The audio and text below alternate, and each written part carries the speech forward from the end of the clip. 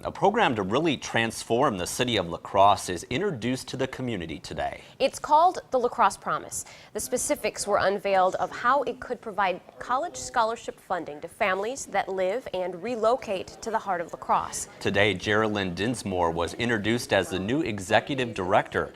She will help move the vision forward and bring the community into the conversation. I'm very excited about the potential that it holds for our city, for our area, really combining that linkage between education and economic development and neighborhood revitalization. This is a major undertaking and one city leaders truly believe could transform our community in terms of education and economic development. Yeah, phase one of the program has been underway for more than a year now. News 8's Leah Linscheid joins us now live from the newsroom with a bigger picture of the promise. The Promise program is something 40 other communities across the country are also implementing. And for some of those cities, it's created real results. The idea is to link economic development with education. Directors of the program in La Crosse hope it will convince families to invest in their city by offering an incentive that's pretty huge.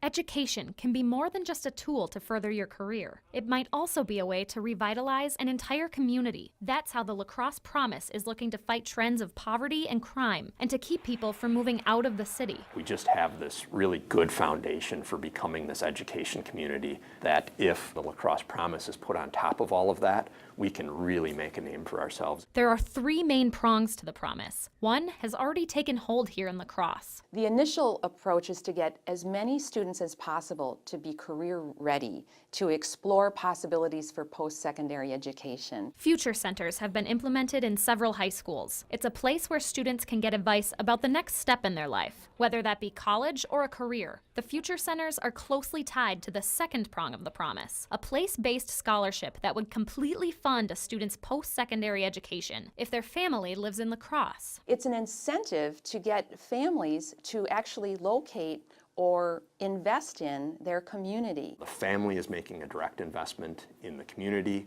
by building a house, and in turn, the La Crosse Promise is making a direct investment in that family by helping to fund education for their students. The goal of this place-based scholarship is to bring people back to the heart of La Crosse and breathe new life into our community. And if that goal is successful, the third prong of the promise will follow. The other prong of it is the economic development piece of it, and that's really working with the city and the county and trying to prepare our community, try to create opportunities in housing and employment. With free college tuition as an incentive, the La Crosse Promise is hoping to change the face of its city. Now, it's asking the community to step forward. It involves taking chances. It involves having faith that, hey, this sounds like a really great idea. I want to be a part of this, and I'm going to invest in my community.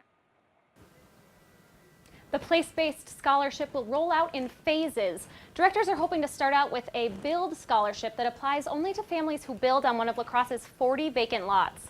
The next phase of the program would include families who buy and renovate homes in the city. All right, Leah, to be clear, this is still a work in progress. Yes, directors are still working for funding on the program, but right now there's no set timeline for when we'll see that scholarship.